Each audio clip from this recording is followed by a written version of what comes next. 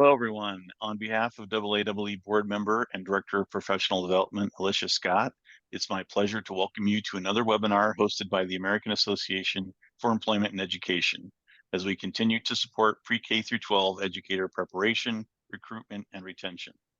Thank you for joining us for today's topic, creating residency partnerships that result in a diverse, stable workforce. My name is Tim Newbert, and I serve as AAE's Executive Director. Please allow me to cover just a few housekeeping matters before we begin. This webinar is being recorded and will be made available to AAE members as well as non-members who registered for it. Attendees are encouraged to post any questions, comments, or feedback using the Q&A or chat features within Zoom. If you or your organization do not yet have AAE membership, please visit our website, aaee.org, to learn more about our activities and resources. We are a professional association intent on positively impacting education through professional connections. Related to that mission, we connect the three critical groups involved with the preparation, recruitment, and retention of pre-K-12 educators, that being university professionals and others who prepare and support educators, school system professionals and others who recruit, hire, and retain them, and of course, educator candidates themselves. We offer annual publications such as the Job Search Handbook for Educators. We conduct an educator supply and demand survey each fall and winter, resulting in a spring report. In conjunction with Youngstown State University, we are conducting a new survey entitled Job Satisfaction Needs of Entry-Level K-12 Educators, Finding the Tipping Points.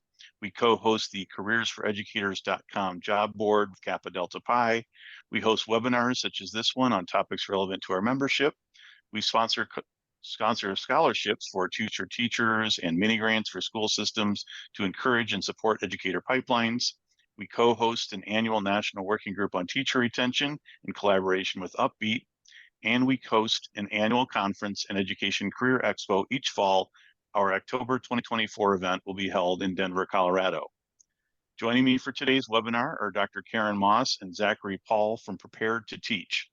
Thank you for both being here today. We look forward to hearing your knowledge and insights. I'll now turn it over to you, Zach.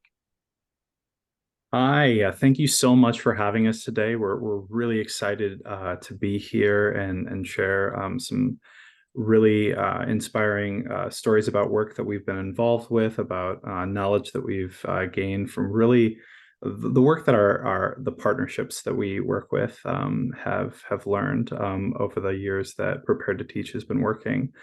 And I'll be passing it on to our executive director, Karen DeMoss. Thanks, Zach. Thanks, Tim. We are so excited to be here. Please, especially pay attention to Tim's invitation to chat any comments or questions. We intend to leave some good time in the end for discussion. So we will be running through a lot of information. Some of it may be new for some, and some of it may be not so new for some, but the whole of it probably is a lot.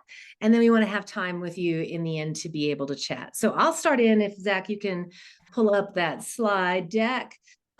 This is our title for our webinar today, Creating Residency Partnerships that Result in a Diverse and Stable Workforce.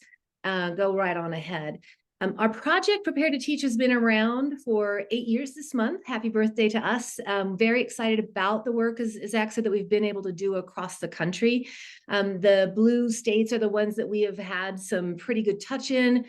Sometimes working just directly with that individual partnership, like the kind of work that Tim is talking about, serving with the preparation program in the district and the candidates.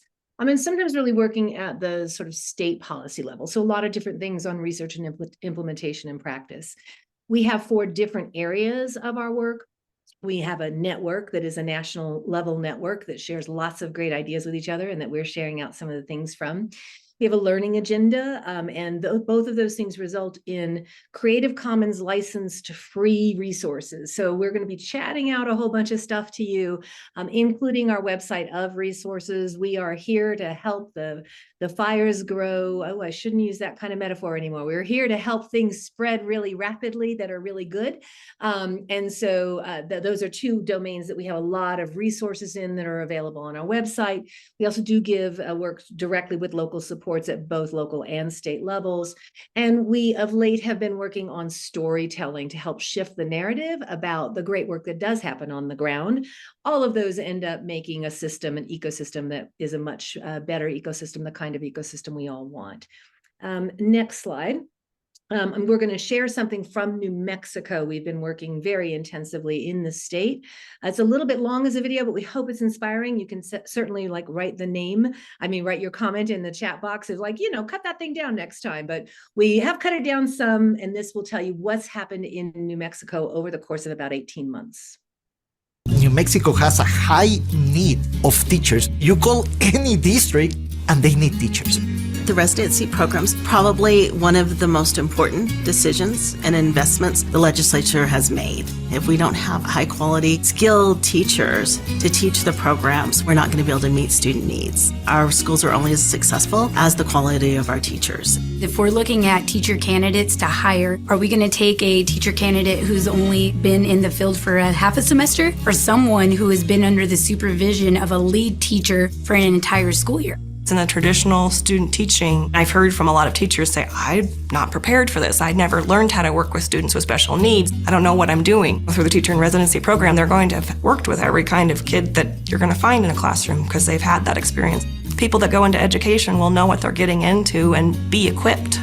Education is taking a hit. If we can use those residency programs to add to our educational family, that's what we want to do.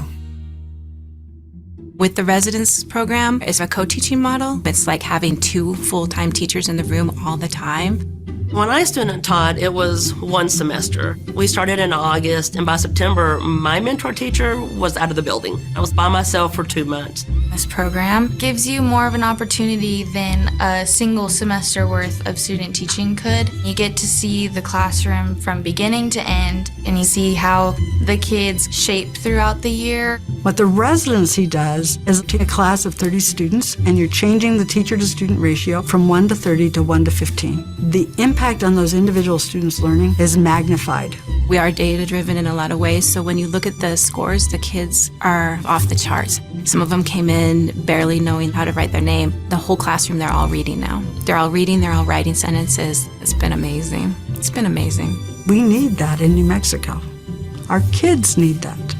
Coming out of COVID, we have a lot of students that are behind. Socially, emotionally, they just have lost time. But having 2 teachers in a classroom to be able to focus in on what those students' needs are has been a huge benefit for the students of New Mexico.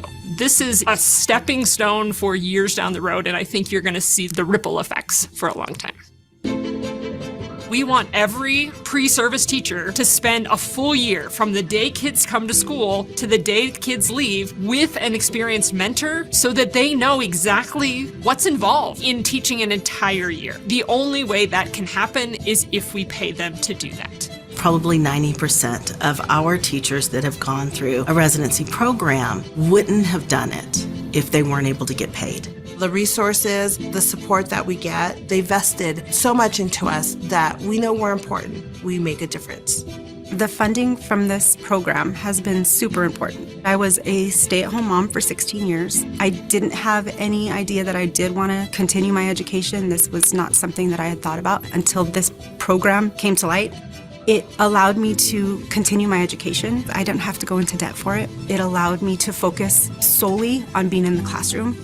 The most foundational and important part of our residency program is it gives respect to the profession. This level of funding has allowed us to diversify our teaching workforce. As part of the residency, students are offered a job at the end, and so they have guaranteed employment for the next 3 years. It's a higher quality of training, and so we see higher quality graduates and higher quality teachers entering our schools. They don't have to make that financial choice. Do I take care of my family or do I serve my community? So sorry about that video lag, everyone, but that video captures what has happened in 18 months in the state of New Mexico with a coalition of teacher preparation programs and their district partners saying this is a better way to bring people into the profession and have them stay. That's the whole focus of what our work is and what we're going to delve into now about how to make that happen if your legislature isn't yet giving you $35,000 per candidate. That's where we started in New Mexico, and we're going to share a little bit about the ways that folks have made New that. Mexico. All right, Zach, you can take it off from here. All right. So yeah, the vision is a school that is fully staffed and with fully prepared teachers in a residency partnership. We know that residencies work for programs, districts, and candidates and their students. Well-prepared teachers are foundational to education, and you can see in this 3-year teacher retention data in New York City schools. In the leftmost bar, that is external fast track program data, that there's a 24% retention rate.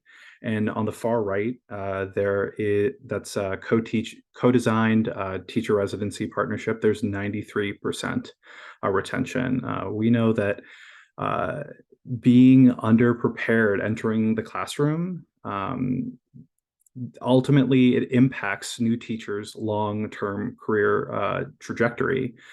We've had decades of boutique and fast track experiments and that have attempted to address staffing in schools. And we know that residency prepared teachers stay longer. In fact, we know that residencies strengthen retention and diversity. Evaluations of programs across the country are indicating consistent positive impact, including some programs that are showing 90% remaining in the same school by their 3rd year, 80+% remaining in the district after 5 years, and showing 2 times more residents being more likely to be of diverse backgrounds. And it's ultimately impacting the school environment. We're seeing improved outcomes and reduced obstacles for the schools that residencies are being designed in partnership. Professional learning for mentor teachers. We're seeing supported school culture. We're seeing less needs for remediation. We're seeing lowered behavioral issues and suspensions. We're seeing all of these different outcomes and obstacles being removed that are listed up here in different research that's emerging. And Prepared to Teach was really grateful to co-lead a working group within the Pathways Alliance coalition, working to improve diverse and inclusive educator pathways with this report towards a national definition of teacher residencies. This report was meant to create definitional themes that help guide partnerships and policymakers working collaboratively to successfully develop teacher residencies. Themes like partnerships, pre-service curriculum, mentor teachers, and residency experiences. And you can use this as a guide to help you start to think about different themes that you may want to dive into as you start to think about residencies, and start to help you think differently about what a residency might be. And ultimately, we know that you do have to start thinking differently when you want to approach designing a residency. And every aspiring teacher is ultimately able to access higher quality preparation when you start to think differently about your residency program.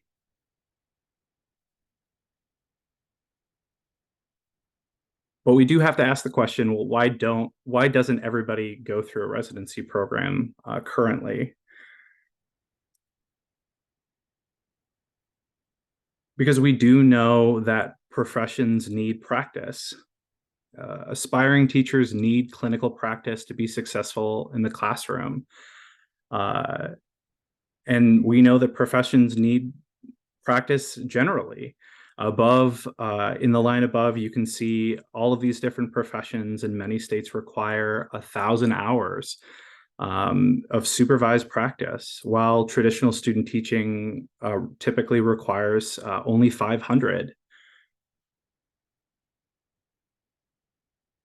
However, the significant difference between those professions, supervised practice, and teachers' traditional student teaching is that many of those professions have an opportunity for pay during their clinical work. Thinking back to fast track programs mentioned before, some of those programs begin with as little as 35 hours of practice. And those new teachers get a salary before becoming a teacher of record almost immediately. This is a perverse economic incentive that drives a lot of candidates towards this subpar preparation. And therefore, we ultimately know that funding candidates is key. Funding candidates is key because we know that candidates both in undergraduate and graduate programs are working. They're working to support themselves. They're ultimately working with care responsibilities. They're working to support themselves in their cost of living expenses, to support themselves. And up to 2/3 of their cost of college is related to their living expenses. And those costs ultimately are rarely defrayed.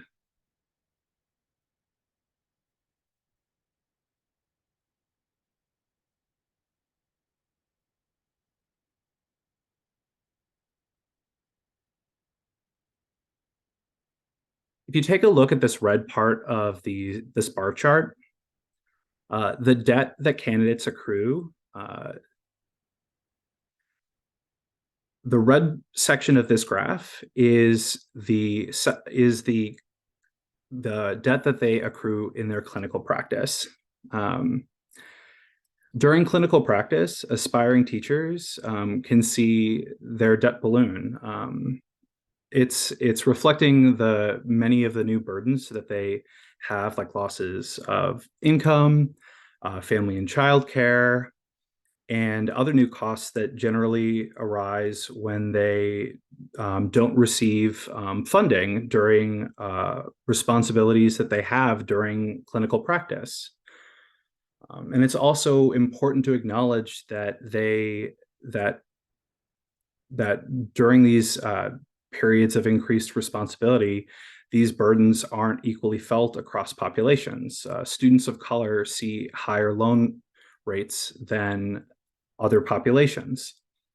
So when we take a look at the debt burden that students face, we need to reflect on how our students are experiencing them.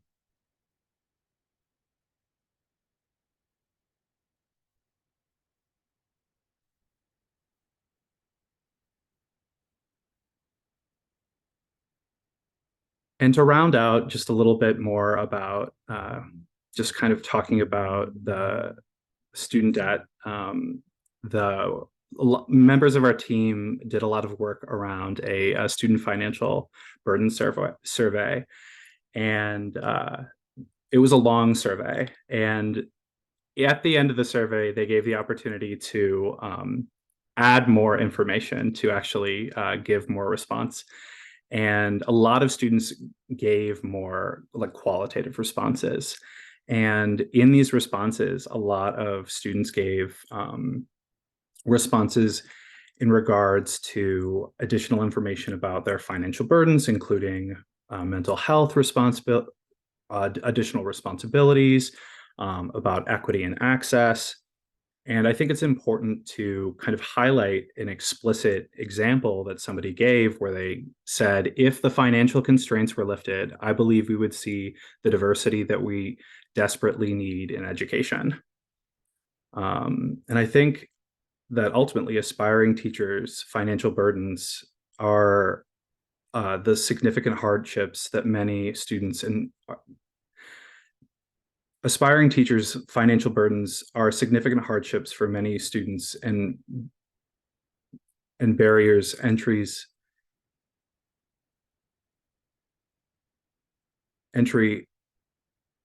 aspiring teachers, financial burdens are significant hardships for many students and barriers of entry for others. So ultimately,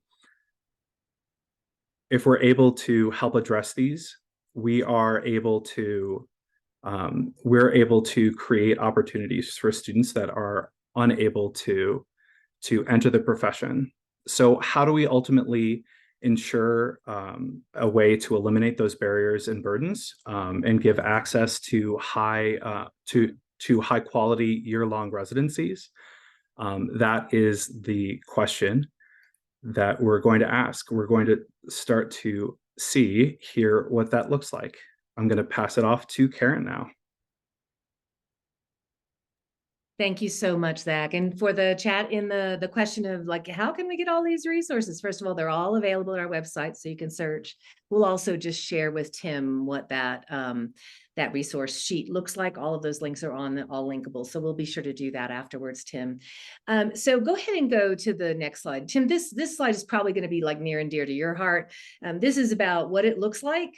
Deep partnerships, like where the people you're bringing together, that's what it looks like. It looks like the bringing together of the programs and the districts to serve the best needs of programs being strong, the best needs of the districts and all of what they need to be served, and the best needs of the aspiring teacher so that they're really well prepared and they're in a place that's a really good match for them. So it is really all about deep partnerships. There is nothing that we're going to talk about from here to the end that doesn't have this as the foundational piece.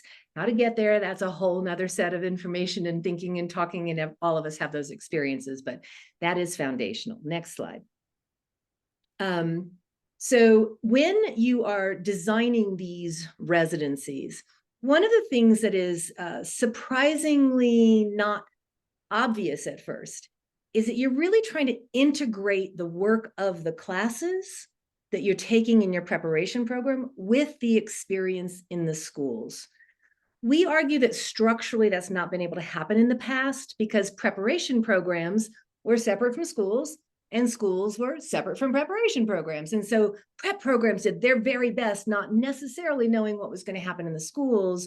And then schools took the people who wanted to be teachers and did their very best trying to like make it all fit together. So these partnerships really start with this central conception of what does integration look like between what we know they need to learn and understand and practice and what actually is going on today inside the school. So it's not a question of ivory tower compared to real world.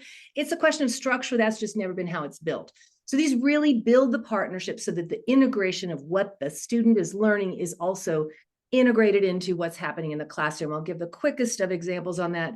Just think assessments. So my university class and its assessment is much more integrated into what naturally is going to be going on inside a classroom. There's many more things that people do, but that's a kind of like an easy one to hook into. Next. When you really have an intentional instructional design in a residency. It's one of my favorite slides in the world. It's just a school of one, and it's just 1 year, but it's a really impressive little slide. This is Lejeune Elementary in California. They had a residency partnership with Fresno State for many, many years. And a principal in a Title I school had said, you know, I'd really like a resident in every class. And they decided to give it a go. So this is the story of a school that had been using the Fresno model of co-teaching, pre-service co-teaching. Those of you who know special education co-teaching, it is a modification from that special education co-teaching model where you use those approaches to thinking more intensively and directly about instruction in a pre-service model. So they shifted well, they were already doing the pre-service co-teaching with residents, and then they added a resident to every classroom. They didn't do anything else. They didn't teach the test. They didn't do anything else. But this school went from 40 points below the state standard to 10 points below the state standard in that 1 year of tests. And what also you can see is that that last group, students with disabilities, these are all the groups in the schools, by the way. There weren't some groups we didn't include on here. These are just all the groups that they had. That last group of students with disabilities who made the most gain. Not a surprise since it's pre-service co-teaching, and co-teaching we know has a good effect for students who've been identified with special needs. In addition, it's not just the achievement that went up. They also had a reduction in those disciplinary pieces that Zach talked about earlier. So that means you're getting at some of the deep cultural pieces in the school. So that's also really good. That comes probably pretty specifically from co-teaching, but I think the major piece to take away here is they had an instructional focus in the program for their candidates to be working in partnership with the school on. So that's a really big lesson from across the country. So next slide. Is when you have a community-based recruitment. This is absolutely totally aligned with all of you out there who are doing grow your own work. So don't think that it's like another new one you got to learn, right? But it's thinking maybe just more holistically about community-based recruitment. I think Zach is going to chat us a resource here that we've recently put out, taking lessons around community-based recruitment from across the country. It's a recruitment guide or something like that, we've called it. And that gives you a lot of ideas about how to think more broadly about recruitment so that you're not just waiting for people to come into a program. You're working in partnership with your districts, with your community folks. We actually have a place that's been quite successful in also working with healthcare centers, because some folks in health are a little burnt out, just like some folks in education are, but they still want to stay in service. So I know they're probably swapping some people here and there, but at any rate, they really have been able to think very differently about what it means to recruit. Yes, there are implications on what kinds of supports people who've been out of college for a long time might need, people who are not necessarily their English is not necessarily their first language. There are some support implications that happen, but we know we need to do some of those things anyway, because there is no such thing as a traditional student anymore. So lots of good is happening from that. I'll show you the next slide is some numbers related to this community-based recruitment approach. This is CNM, Central New Mexico Community College. They have a post-baccalaureate 1-year residency in special education. And all of these are more than doubled numbers, like just really crazy in very few months. They started this program in March, and these were the numbers by January, all of which were doubled over anything that they had in any prior year in the special education program. So these sorts of approaches really dramatically change not only who comes in, but also how many. Across New Mexico, the numbers have doubled inside the programs. And in this particular case, they actually had the money for the candidates even before. So it wasn't just the money that made these differences. It was actually that community outreach. Next slide.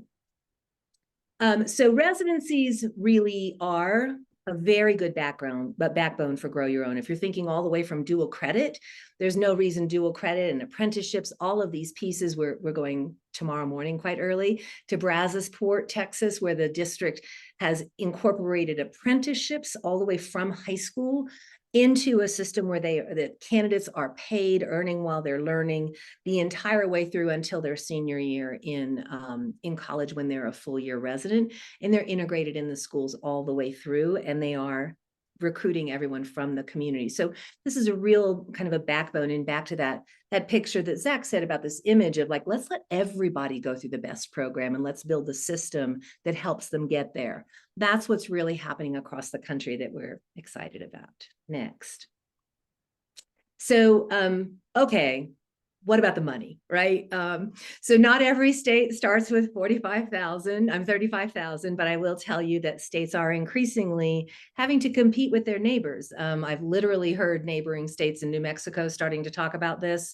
Literally, I know one state started paying student teachers because of the work that happened in New Mexico. Another state doubled its amount that it was giving because of what was going on in New Mexico. So this is good. So let's let the good news spread so that all state legislatures can start thinking about the importance of this investment.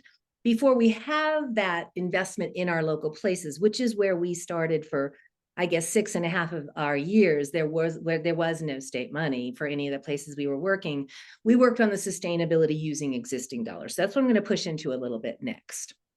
So we have this really adorable thing for educators of the 3 R's of sustainable funding. The first R is reallocating roles. I'll spend a lot of time on that because there's some really like low-hanging fruit sorts of things that you can do with that first R of reallocating roles. And that can bring some dollars to you. Zach has just chatted 3 really chock full of example reports from across the country of how people are doing each of these R's.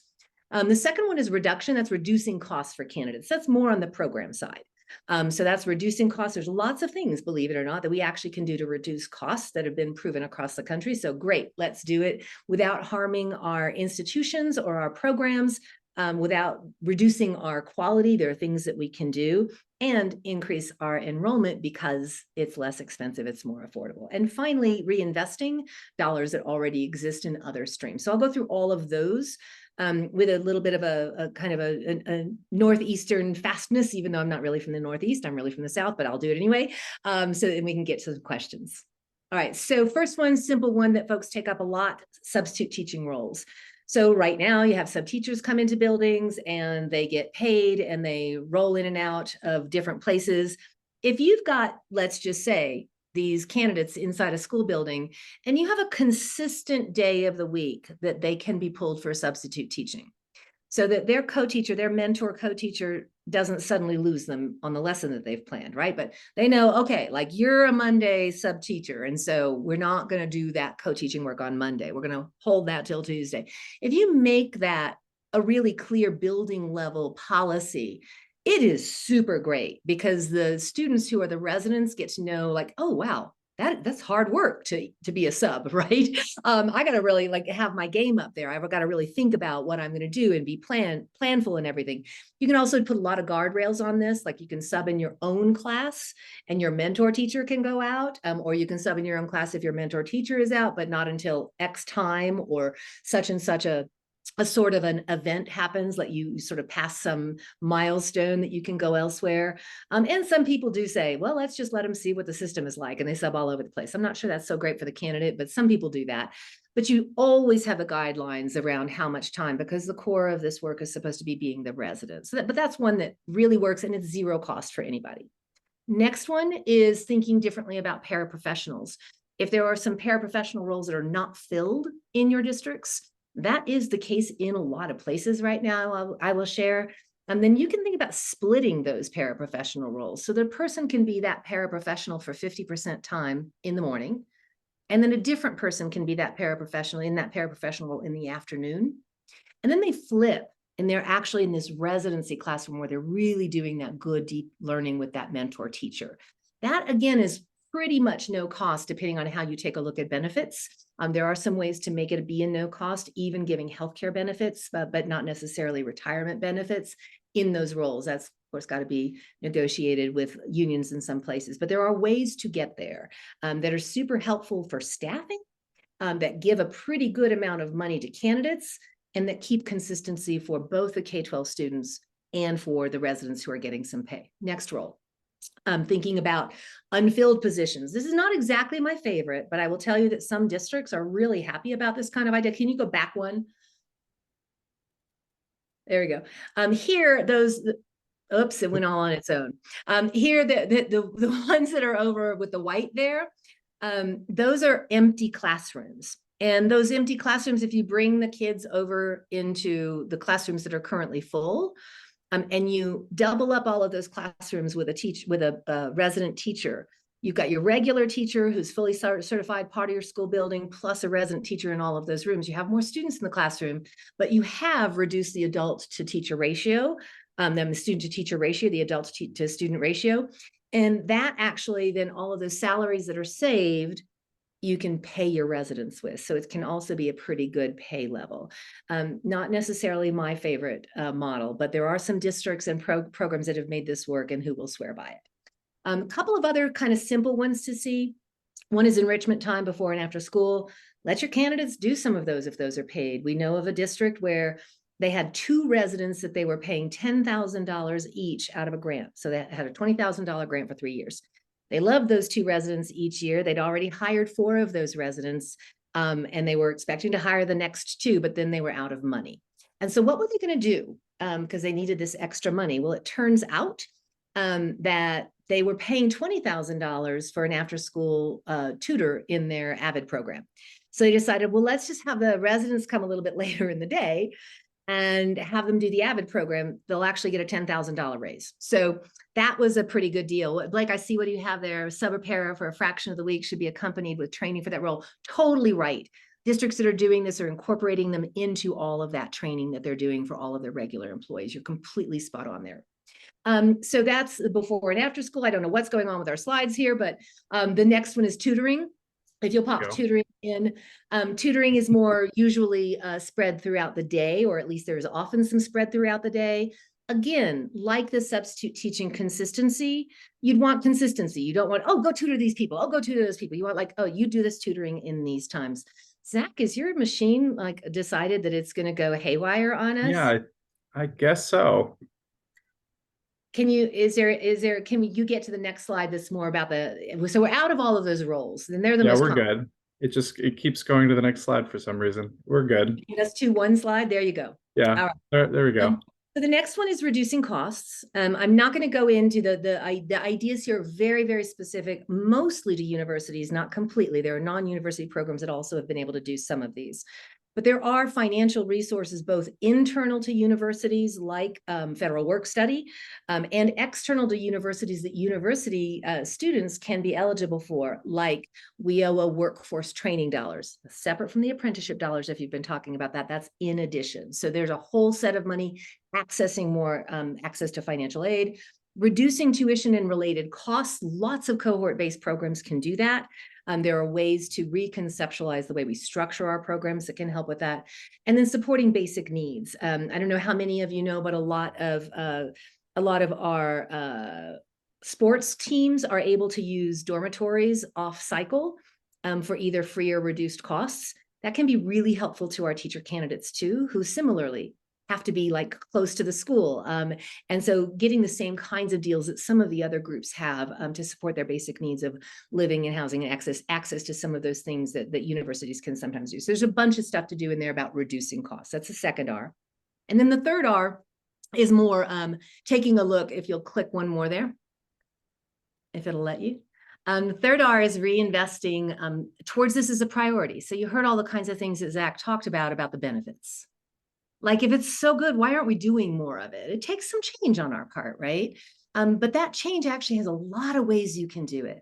So your state and local allocations can pay for residents because they're working in the classroom providing instruction. If you've designed those programs in partnership well, your Title I, your Title II, your IDEA, if it's working with special education or in an inclusive classroom setting, all of those funds can be used for your residencies.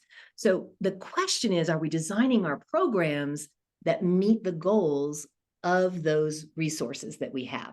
So if you're meeting the goals of teacher professional development, Title II, yes. If you're meeting the goals of students learning more in both Title I and IDEA, if they're special needs students, yes. Are you staffing your schools well to be sure that you're achieving your district's goals? Yes. All of those can be met. That's where that partnership of designing this work together comes in. Next slide. This is a kind of like a big old, like, here's the whole kit and caboodle. I think I need, I got apprenticeship in there too. Good.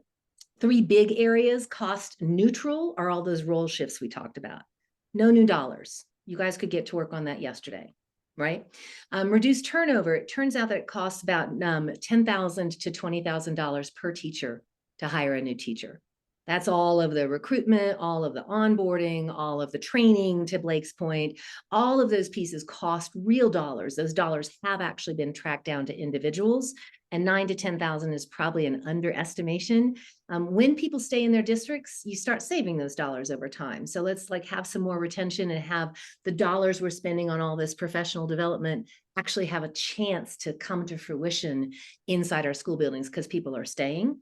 And then the last one is improved instruction. Who knows how much we would save in improved instruction if we had less inappropriate special education referral, less need for remediation because kids didn't have teachers who quite knew yet because they haven't had the chance to learn how to really help them learn. So there's a lot of different ways we can braid resources together to bring some dollars to candidates.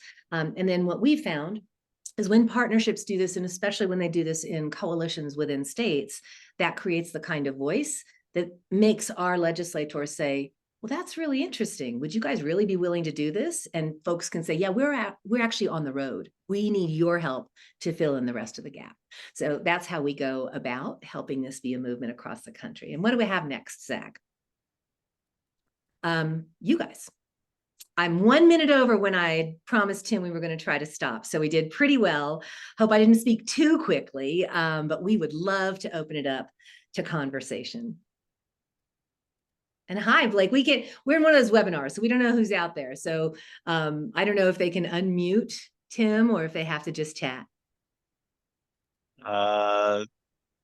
There is a way to allow them to talk, allow attendees to talk, but people have to tell me in the chat or raise your hand. I think you can raise your hand, folks.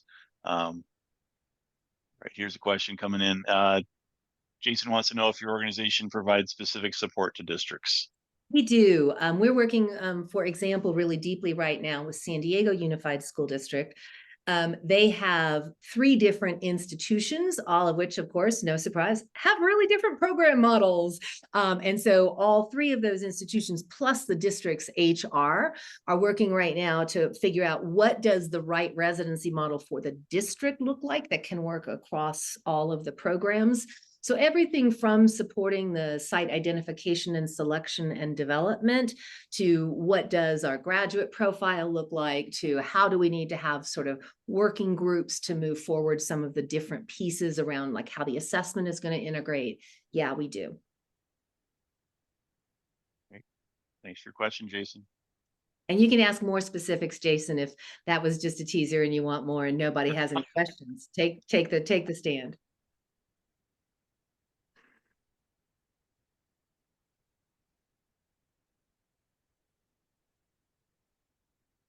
Blake, I know you have a million ideas. If you're out there in the audience still, you should definitely ask to come off mute and go. Which states have you been working with? Obviously, New Mexico. New Mexico, like weird things about my organization. We hope that we work ourselves out of a job. Like we're trying to become the world's technical assistance providers that everybody always has to turn to. We're really trying to make this something that people in every locality know how to do. It's sustainable. It works for your locations. Part of the way we do that is we figure out where can we make really good models of some portion of this work that we do, and then lift those up. So the whole piece, all of those pieces about the role reallocation, we worked in places with that for a really long time and have lifted those up. And those are really now quite well spread out across the country. Now we're working at what does it look like for a state to shift. So I've actually literally relocated to New Mexico for the last 2 years. Full transparency, I also 100 million years ago was a faculty member in New Mexico. So I knew the state. We've been working really intently here to figure out what does it look like, everything from a more unified data approach that removes some of the burden on data collection, everything from that kind of thing to what the community of practice is, where the institutions and the districts talk together about what do we need to make this even better. So really intensive work in New Mexico so we could lift up the things that we think are applicable in other places. So with that, South Carolina and Washington State are the other 2 places that we have some pretty deep toes in right now in terms of working about what does it look like for a state to move in this kind of direction. Had some conversations with some potential players also in Massachusetts. I think that that's also a potentially viable place, and in Iowa. Interestingly, in working across these states, it's not that like, it's the state superintendent and therefore, or it's all of the AACTE groups and therefore, right? They all come in at their own places with their own players. So there's not like a particular road that people need to take to get to this sort of state level conversation. But the principles inside those conversations we're finding are fairly consistent. And so we enjoy working in those places. And I don't, somewhere or another, my email exists. And so you guys, maybe Zach can chat that. Feel free to just reach out if you've got a sort of state level possibility. Now training someone to be a sub. Oh, Blake, that is such a great point.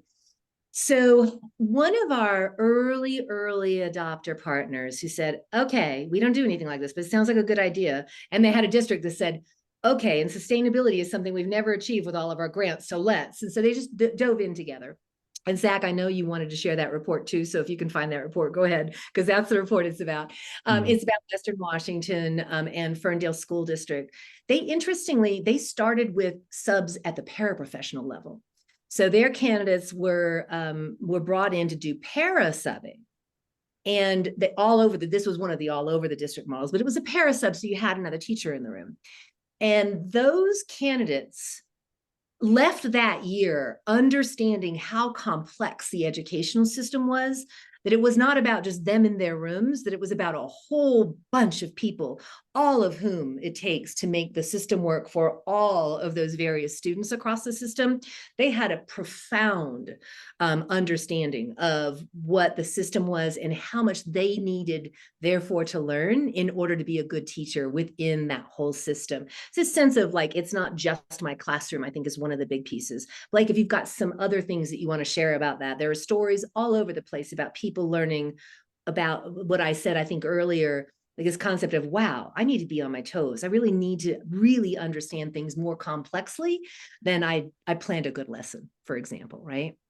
And when you're shifting to teacher residency, do you suggest removing other pathways to certification at all at once, or are there flexible pathways while you strengthen the residency model? Kelly, you're living my $1 million question. There is no way that we can today get rid of all other pathways, because schools need people in places that don't have human beings right now. And I want to get rid of all other pathways except the residency. So there's got to be some middle ground that we're able to find. So in New Mexico, the movement is to kind of, you heard Zach talk about the perverse incentives, to sort of equalize the pay for being a resident compared to being a teacher of record. Now, the teacher of record who's not fully prepared yet, they might get the retirement benefits, whereas the resident might only get health benefits. So that would give a little differentiation for their extra efforts, but we're trying to shift towards bringing more of the residents in. Ultimately, more residents coming in, you're going to have more districts saying, let me be creative about my staffing this year, because I'd really like one of your residents next year. You're going to get that because they feel the value of the residents. In places that have had long residencies, they wouldn't think about going to a non-residency model. They would be really creative about taking care of those fewer positions because they have more stable teachers, right? So we just want that to be the system.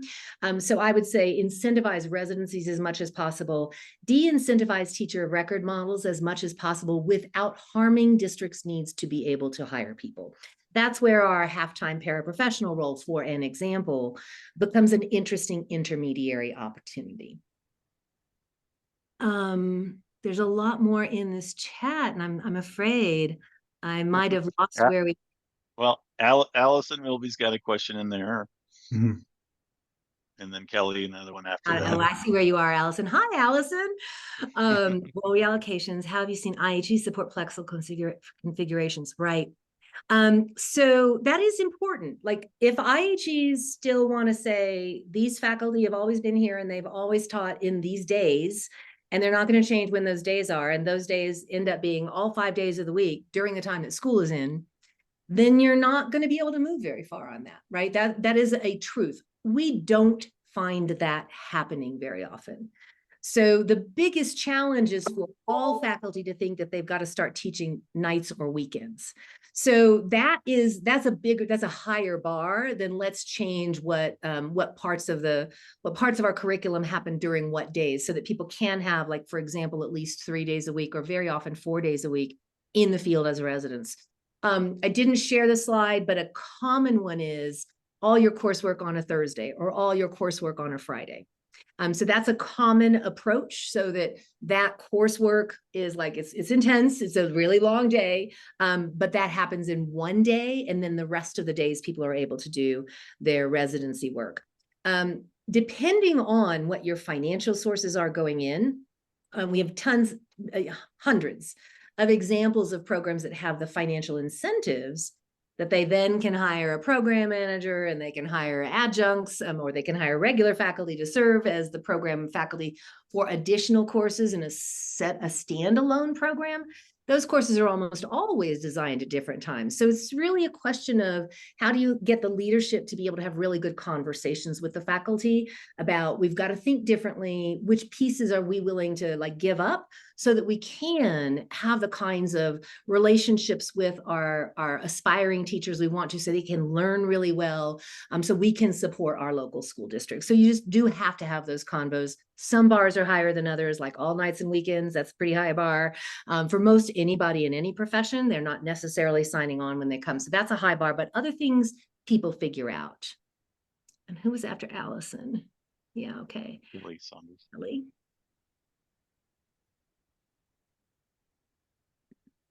Yeah. So Kelly, do I understand you correctly that people like the residency so much, and or the residency is so different from other work that they've done that suddenly there's like all of this, oh my gosh, and we need to do this, and we need to do that. If it's more people, that's great. It's hard in the initial time, because you don't have more people to bring in your more people, and you're still running the old one. So it is harder. That's where some short-term resources, getting some help, making sure you're not, doing all of the wheel building all by yourself, but you're drawing on resources that exist, call us up, those kinds of things that can help in the short run. If the long run is that the residency piece over here is building, but this one isn't necessarily shifting, that's really, you got to have some more deeper leadership conversations, because this one over here needs to shift too. If all of the burden is you create this over here and this doesn't shift, that I would say is probably going to be something that's not really sustainable. So depending on where that push is coming, and what kind of push it is, that may be a beautiful, wonderful opportunity, or it may be something that you need some conversations with some other people with. And there's another one. Do we support existing partnerships? Totally. Yeah. We have a lot of partnerships that are that have been National Center for Teacher Residency partnerships already, that are both now. Yeah. So we're an open door, or maybe even like no door organization. We do have staffing needs. I fundraise for our staff. Some of that fundraising is contracting, but not so much of it. We have currently a philanthropic base that likes the way we do work and the way we share resources. But everybody, and maybe this is a time, Zach, to put up that last slide. I thought it was a good segue. Everybody is invited to what will be a series of 6 slightly not Karen talking so fast webinars in January through June, 1 each month. And those 6 webinars don't even actually have a social media kit yet. We've only announced them in our newsletter. So if you click that QR code, or I think Zach is also going to give you the link to that newsletter, you can register for these. We're going to share with Tim, and it'll be on our website and all of that kind of thing, how to actually register for these later on. First one doesn't start until January 29th. But those 6 you don't have to come to all of them. That's not a requirement or anything, but they are intended to be sequential, about what does a systemic change look like to do it really well. So there'll be 6 of these. We'll go more deeply into different aspects of the work that you saw some high-level overview of. And then at the end of that, we'll be doing an invitation to create a national network of folks who want to engage this in partnership. Like, we don't only take a district or only take a university. It's always got to be in partnership. Can be a state, but the state thinking in terms of both universities and districts, coming together to sort of push forward on some of the puzzles of practice, et cetera. And that will start for the fall. So there'll be a whole year of incubation into something that feels a little bit more like an intentional and systemic shift towards residencies, as opposed to how most of us have gotten to start these, which is, oh, we got the grant, we got to start, right? And so this will be a year of really good incubation and support.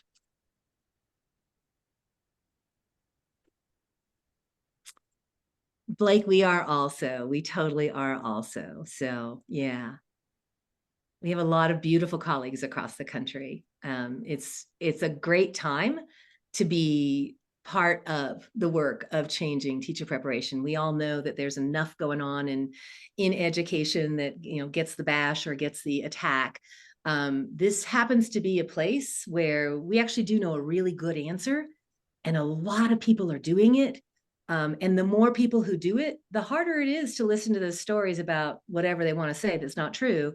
And the more people want to know more about how can we do this, because this sounds like what we want for our kids and for the the younger people or career changing people that I know who want to become teachers. That sounds a lot better. So it's very exciting to be part of this. And Tim, we're so thrilled that you let us come and talk to your constituents about it. Thank you so much. We're thrilled to have you. Great information, great insights. Thank you all who attended. And as I mentioned earlier, this session is being recorded, has been recorded, and will be made available to you in the coming days. All right. So thanks again, Karen. Thank you so Thanks, much for Zach. having us. Appreciate you both. Thank you. We appreciate Everybody. you all too. Absolutely. Hi, everybody we couldn't see. Yeah. Thank you all for coming. Thank you very much for coming. Take care. Bye-bye. You too. Bye-bye. Bye.